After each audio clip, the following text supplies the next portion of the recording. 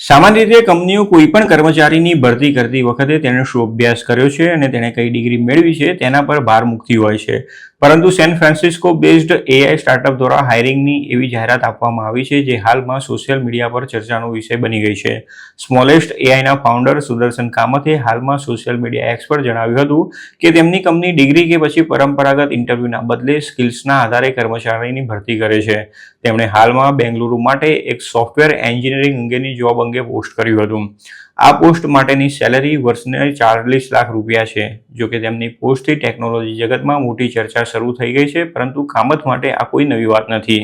હકીકતમાં smallest એઆઈના founder કામથે પોતાની કંપનીમાં હાયરિંગ માટેની એક જાહેરાત મૂકી તે સાથે સોશિયલ મીડિયા પર એની ચર્ચા શરૂ થઈ હતી. આ જોબ સોફ્ટવેર એન્જિનિયરિંગની હતી અને તે બેંગલુરુ બેઝડ છે. આ પોસ્ટ માટેની સેલરી દર વર્ષે 40 લાખ રૂપિયા છે. સામાન્ય રીતે આવી પોસ્ટ માટે ડિગ્રી અને અનુભવ જેવી બાબતોની જરૂર હોય છે, પરંતુ અહીં રિક્રુટમેન્ટ પ્રોસેસ તેનાથી તદ્દન અલગ છે. તેમાં ફક્ત એક જ જરૂરિયાત પર ભાર મૂકવામાં આવ્યો છે અને તે છે તમારી સ્કિલ્સ સાબિત કરો.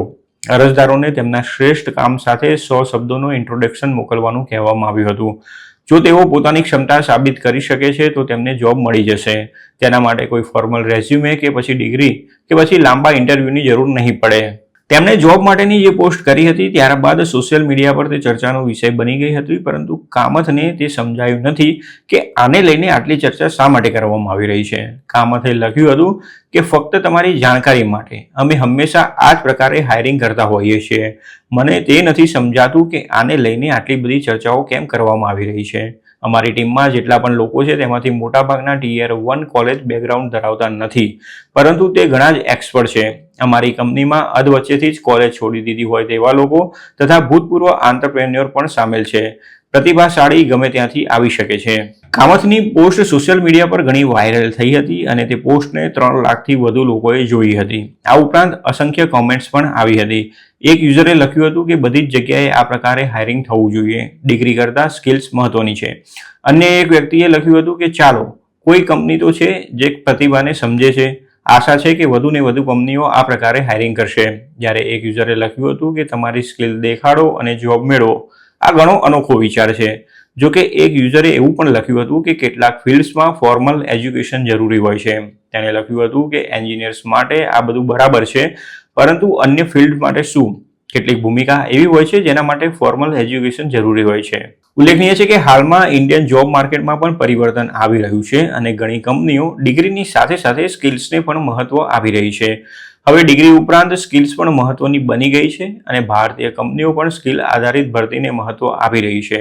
થોડા સમય અગાઉ પબ્લિશ થયેલા વર્લ્ડ ઇકોનોમિક ફોરમ એટલે કે WEFના જોબ રિપોર્ટ્સ 2025માં કહેવામાં આવ્યું હતું કે 30% ઇન્ડિયન એમ્પ્લોયર્સ હવે ડિગ્રીની જરૂરિયાતોને બાજુ પર રાખીને સ્કિલ્સ આધારિત હાયરિંગ કરી રહી છે. આ આંકડો ઘણો જ મહત્વનો છે, કેમ કે વૈશ્વિક સ્તરે આ પ્રકારે હાયરિંગ કરતા એમ્પ્લોયર્સની ટકાવારી 19% છે. આ રિપોર્ટમાં તે પણ કહેવામાં આવ્યું હતું કે ભારતમાં કાર્યરત કંપનીઓ artificial intelligence, robotics, autonomous systems અને એનર્જી ટેકનોલોજીસ જેવી ઉભરી રહેલી ટેકનોલોજીસમાં ભારે રોકાણ કરી રહી છે. હાલમાં વૈશ્વિક સ્તરે પણ મોટા ભાગની કંપનીઓ એડવાન્સ્ડ ટેકનોલોજી તરફ આગળ વધી રહી છે, જેમાં ભારતીય કંપનીઓ ગ્લોબલ કંપનીઓની તુલનામાં ચોક્કસ ટેકનોલોજીને ઝડપથી સ્વીકાર કરવાની અપેક્ષા ધરાવી રહી છે. આ રિપોર્ટ મુજબ ભારતમાં લગભગ 35% કંપનીઓ અપેક્ષા રાખે છે કે સેમિકન્ડક્ટર અને કમ્પ્યુટિંગ ટેકનોલોજી તેમના કામકાજમાં પરિવર્તન લાવશે, જ્યારે લગભગ 21% કંપનીઓ આગાહી કરી રહી છે કે ક્વોન્ટમ અને એન્ક્રિપ્શન ટેકનોલોજીનો સમાન પ્રભાવ પડશે. આ ફેરફારોથી big data specialist, artificial intelligence અને મશીન લર્નિંગ સ્પેશિયાલિસ્ટ તથા સિક્યોરિટી મેનેજમેન્ટ સ્પેશિયાલિસ્ટ જેવી ભૂમિકાઓ માટે હાઈ ડિમાન્ડ ઊભી થવાની અપેક્ષા છે, જે દેશમાં સૌથી ઝડપથી વિકસતી જોબ રોલ્સ હોવાનું અનુમાન લગાવવામાં આવી રહ્યું છે.